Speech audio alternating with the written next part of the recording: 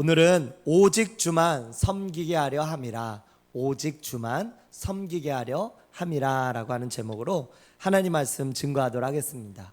오늘 오전에는 부부에 대해서 이야기를 했다면 오후에는 처녀와 과부에게 주는 권면입니다. 부부에 대한 이 말씀 가운데 제가 한 가지 빼놓은 것이 있다면 우리가 이 교회와 그리스도와의 관계가 부부의 관계로 성경은 말씀하고 있다라고 하는 것입니다. 즉 교회는 신부된 입장이고 그리스도는 신랑된 입장입니다. 그래서 신랑이 이제 곧 오실 거예요. 그걸 바로 재림이라고 합니다. 재림된 예수님이 곧 오실 거예요. 그러면 신부는 어떻게 해야 돼요? 정결하게 그 신랑을 기다려야 되겠죠. 신랑이라고 하니까 우리 남자들은 아유 난 아닌가 보다.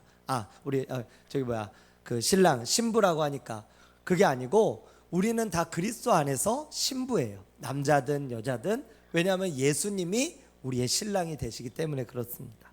그래서 우리가 이 부부와의 관계는 곧 그리스도와 교회와의 관계라고 할 수가 있어요. 즉 그리스도가 이 교회를 위하여서 몸을 다하여 살과 피를 흘리면서 찢기면서 죽으셨잖아요. 죽기까지 사랑했잖아요. 그리고 교회를 탄생하게 만드셨어요. 그러면 이 교회는 뭡니까? 교회는 바로 그 예수 그리스도를 머리로 하고 그 예수 그리스도를 주인으로 삼으며 나아가는 곳, 그게 바로 교회입니다. 그래서 저희가 이 부부, 나는 지금 내 남편은, 내 아내는 이미 하늘에 갔고 이렇게 없는데 목사님 어떻게 합니까? 우리가 이 땅에서 살아갈 때 우리가 하나님의 정결한 신부라는 거예요.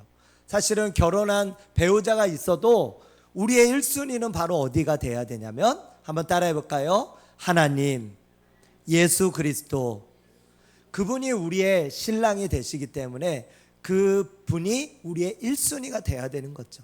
남편이나 아내도 그 1순위 되시는 분 아래에, 그분의 법 아래에 우리가 순종하며 따를 때, 그래서 주 안에서 순종하라 하잖아요. 주 안에서 따르라 하잖아요.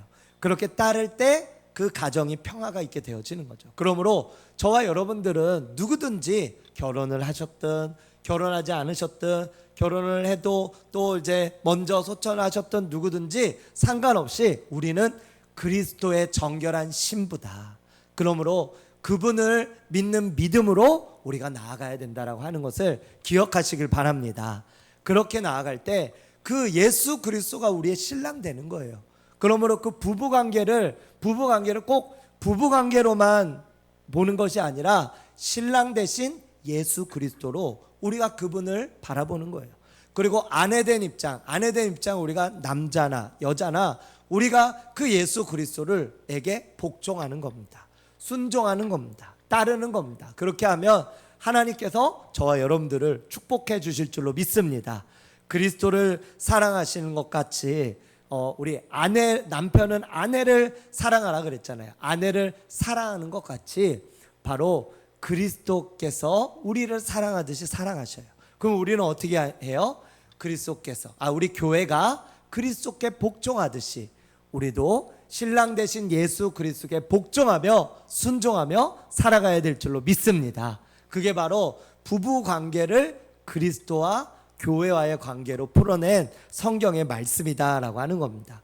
오늘 우리가 읽은 이 성경의 말씀에서는 이제 처녀와 과부 25절의 말씀에 보니까 그것은 예수님께서, 하나님께서 말씀하시진 않았어요. 하지만 사도 바울이 자신도 하나님께 영을 받은 자로서 권면하며 우리에게 말씀하고 있는 것입니다.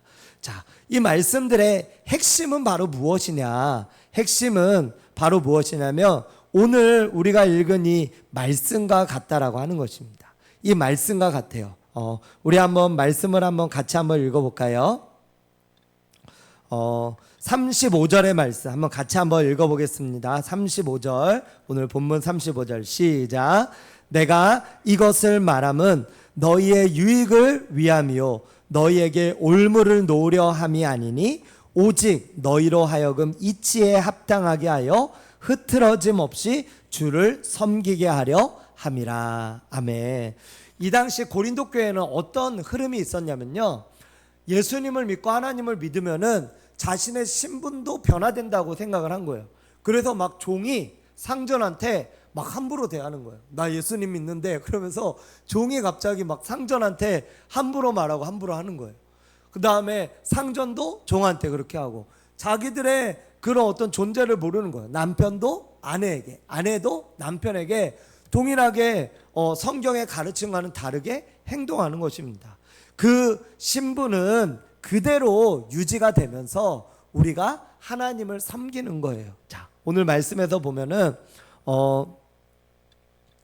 우리 27절의 말씀에 보니까 내가 아내에게 매였느냐 노이기를 구하지 말며 아내에게 노였느냐 아내를 구하지 말라. 즉 무슨 말입니까? 아내와 결혼했다면, 남편과 결혼했다면 그대로 그 안에서 주님을 잘 섬기라는 거예요. 그리고 만약에 헤어졌거나 먼저 소천했으면 그러면 그 자리 속에서 우리 하나님을, 예수님을 잘 섬기라는 거예요. 그 자리 속에서 하나님을 잘 섬기는 거. 그러면서 28절에 보니까 장가가는 것도, 사도 바울은 임박한 진노가 곧 있을 거라고 생각을 했어요. 무슨 말이냐면은 곧 예수님이 오실 거라고 생각을 했어요. 이제 곧 예수님이 오시고 재림을 하실 거니 너희들 결혼할 필요 없어. 처녀들 결혼을 그렇게 굳이 안 해도 돼. 너희들 먼저 남편이나 아내와 사별했거나 헤어졌거나 하는 너희들 굳이 결혼하려고 하지 마. 왜요? 예수님이 곧 오실 것이기 때문이다 라고 성경이 말씀하고 있는 거예요. 그래서 이 사도 바울은 본인도 독신의 은사를 받아서, 그래서 사도 바울은 결혼을 안 했지 않습니까? 그렇기 때문에 사도 바울은 결혼하지 않는 것이 더 좋겠다 이렇게 말씀하고 있다라고 하는 거예요. 하지만 그렇다고 해서 다 결혼을 안 하면 어떻게 될까요? 네. 자녀가 지금도 결혼하고 아기를 안 낳아서 문제고, 청년들이 결혼 정년기가 됐는데 결혼을 안 해서 문제잖아요. 우리나라 그 유튜브에 보니까 우리나라 어떤 그 학자가 이제 시간 지금처럼 이렇게 가면은 뭐 2000 몇십 년이 되면은 우리나라가 멸종하며 멸망의 위기가 있다라고 하는 거예요. 네. 지금처럼 이렇게 결혼하고 결혼도 안 하고 또 결혼하고 애도 안 낳고 하면은 지금 추세로 가면은 나중에는 멸종의 위기로 가게 되어진다는 거예요. 세계에서 10손가락에 드는 세계 강국인데, 근데 국민이 없으면 결국 이 나라는 망하게 되어지잖아요. 그렇죠. 그렇기 때문에 우리가 하나님 앞에서, 우리 하나님도 독처하는 것이 좋지 않아 보여서 아담을 잠들게 한 다음에 하와를 만들지 않습니까? 그런 것처럼 그 자리 속에서 하나님께서 주신 은혜대로 섬기라고 성경이 말씀하고 있다라고 하는 것이에요. 그래서 결혼을, 만약에 처녀가 그래서 결혼을 했어요. 성경에는 오늘 사도 바울의 말씀에는 잘하는 거라 그랬어요. 근데 그대로 있어도 더 잘하는 거라 그랬어요. 왜요? 예수님이 곧 오실 것이기 때문에. 예수님이. 그래서 자신이 이제 결혼을 하면은 아무래도 남편은 아내에게 아내를 기쁘게 해주고, 아내는 남편에게 남편을 기쁘게 해주고, 서로가 서로에게 매이잖아요. 그러면 주를 기쁘게 하는 그 마음에서 아내와 남편을 기쁘게 하는 그 마음들로 두 개로 나눠지게 되어지잖아요. 그렇다 보니까 아무래도 하나님만 섬기는데 지장이 있겠다 이렇게 생각을 한 거죠. 그래서 결혼하지 않는 것도 좋다. 그러나 결혼해도 죄는 아니다. 그것도 좋다. 성경이 말씀하고 있어요. 하나님 앞에 그러므로 우리가 판단하며 우리가 정죄받지 않으며 우리가 성경이 말씀하는 어떤 가르침 가운데 우리가 나아가야 되는 것은 바로 무엇입니까? 어떤 기준으로 나아가야 되는 것입니까? 그것은 오늘 우리가 읽은 35절의 말씀처럼 이것을 말하면 너희의 유익을 위하며 올무를 놓으려 함이 아니니 너희로 하여금 이치에 합당하게 하여 흐트러짐 없이 주님을 섬기게 하려 함이라. 세번역 성경에서는 이렇게 말씀합니다. 오직 주만 섬기게 하려 함이라. 오직 주님만 섬기게 하려 함이라.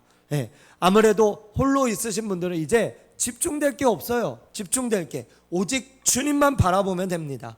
주님만 의지하면 됩니다. 주님만 신뢰하면 됩니다. 주님이 나의 구원자이시고 나의 신랑 되시고, 그러므로 그분께만 집중하며 그분 앞에 나아가면 돼요. 그러면 그 하나님께서, 그 예수님께서 우리의 삶을 주관하시고 함께 하신다라고 하는 것이에요. 하지만 우리의 마음 가운데 결혼하고자 하는 마음이 있어요. 또 어떤 결혼해서 가정을 꾸리고 자녀를 낳고 하고자 하는 마음이 있어요. 그러면 그것을 행하라고 말씀하고 있어요. 그것을 판단하는 기준은 무엇입니까? 해도 되고 안 해도 되고, 그것은 성경이 우리에게 정죄하지 않고 있어요. 하지만 그 마음에 무엇을 향한 마음이 있어야 되냐? 바로 오직 주님을 내가 섬기고자 하는 마음. 그 마음이 있다면 그 마음 속에서 내가 결혼을 하든 또 자녀를 낳든 아니면 그대로 지내든 아무런 상관없이 그 안에서 우리 하나님을 잘 섬기며 나아가라고 성경이 말씀하고 있다라고 하는 것입니다. 할렐루야, 아멘. 그래서 하나님께서 저와 여러분들에게 말씀하며 나아가고 있습니다. 하나님은 우리가 주님만 더 잘 섬기기를 원하세요. 예, 결국은 우리가 구원을 무엇으로 받습니까? 바로 믿음으로 받죠. 그런데 축복은 무엇으로 받을까요? 축복은 구원받은 우리가 믿음의 행위를 통해서 받게 되어지는 것입니다. 즉 축복은 우리가 믿음으로 행동하고 믿음으로 순종함으로 받게 되어지는 것이에요. 그렇기 때문에 우리가 뭐 결혼하든 결혼하지 않든 그게 상관이 있는 것이 아니라 그 자리에서, 나를 부르신 그 자리 속에서, 또는 내 마음의 소원이 결혼을 하던 그대로 있던 그것은 상관이 없어요. 다만 내 마음의 중심이 무엇을 해야 돼요? 오직 주만 섬기며 나아가는 것, 그게 바로 주님이 우리에게 요구하시는 말씀이다 라고 하는 것입니다. 할렐루야. 사도 바울은 우리에게 그대로 있는 것이 좋겠다라고 말씀했는데, 그 이유는 이 세상이 사라지기 때문이고, 그리고 또 결혼을 하면 아무래도 또 서로가 또 다른 사람들끼리 만나다 보니까 서로가 맞춰 나가는데 또 에너지가 들고, 그래서 걱정 없이 지내기 위해서, 그리고 마지막으로는 다른 것 바라보지 않고 오직 하나님만 바라보게 하기 위해서 그렇게 결혼을 하지 않아도 좋다라고 그렇게 말씀을 했어요. 하지만 우리가 하나님 앞에서 성경은 결혼함으로 또 완성되어지는 것을 말씀하고 있잖아요. 돕는 배필, 오늘 오전에 말씀한 것처럼 돕는 배필된 아내가 있어야 남자가 완성이 되잖아요. 그리고 아내도 남편의 사랑으로 온전히 살아가는 거 아니겠습니까? 하나님께서 이 둘을 조화 있게 만들어 주셨다라고 하는 거예요. 사랑하는 여러분, 저와 여러분들 모두가 오늘 성경이 말씀하고 있는 것처럼 사도 바울처럼 나도 그냥 이대로 지내도 좋겠다 라고 그 마음의 소원이 되어진다면 그대로 부르신 그 자리 속에서 지내면서 하나님만 섬기시기를 축복합니다. 아멘. 그러나 지금 또 결혼한 그 위치에 있다면 그 부부를, 그 아내와 남편을 열렬히 서로 사랑하며 하나님께서 주신 그 마음과 그 생각대로 온전히 사랑하며 나아가는 것, 그게 바로 또 성경이 우리에게 말씀하고 있다라고 하는 것이에요. 그래서 하나님께서 저와 여러분들 가운데 부르신 그 부르심 속에서, 부르신 그 부르신 자리 속에서 하나님을 섬기고 믿음으로 나아가고 하나님이 기뻐하시고 하나님만 온전히 바라보며 나아가는 그런 모습이 저와 여러분들 가운데 있어야 될 줄로 믿습니다. 하나님 앞에, 그러므로 우리가 하나님을 잘 섬기려면 어떻게 해야 될까요? 하나님만 잘 섬기려면 결국은 하나님만 바라봐야 되겠죠. 가만 보면은 저희도 어떤 이제 목사님들, 어떤 모임들 집회나 또 이렇게 사모님들 모인 집회나 또 어떤 성도님들 어떤 집회, 이런 집회에 이제 유명한 강사님이 말씀을 전하시는 거예요. 오직 주님만 의지합시다. 하나님만 바라봅시다. 그러면서 말씀을 전하세요. 그런데 그 중심된 그 말씀들을 이렇게 듣다 보니까 나도 하나님만 섬기는 줄 알았어요. 나도. 그런데 내 마음이 사실은 자녀한테 더 가 있고, 그리고 남편이나 아내한테 더 가 있고, 그리고 내가 내 생각이 또 다른 뭐 운동이나 다이어트나 또 내가 하는 사회적 활동이나 어떤 다른 것들에 내가 생각하는 것이 거기에 나의 관심이 쏠려 있다라고 하는 것을 깨닫게 되어진 것입니다. 목사님들조차도, 사모님들조차도, 또 성도님들은 더더욱 해서 오직 주님만 섬기는 거, 이것이 사실은 어려운 일이다라고 하는 겁니다. 하지만 성경은 우리에게 오직 주님만 섬기며 나아가라고 성경이 말씀하고 있어요.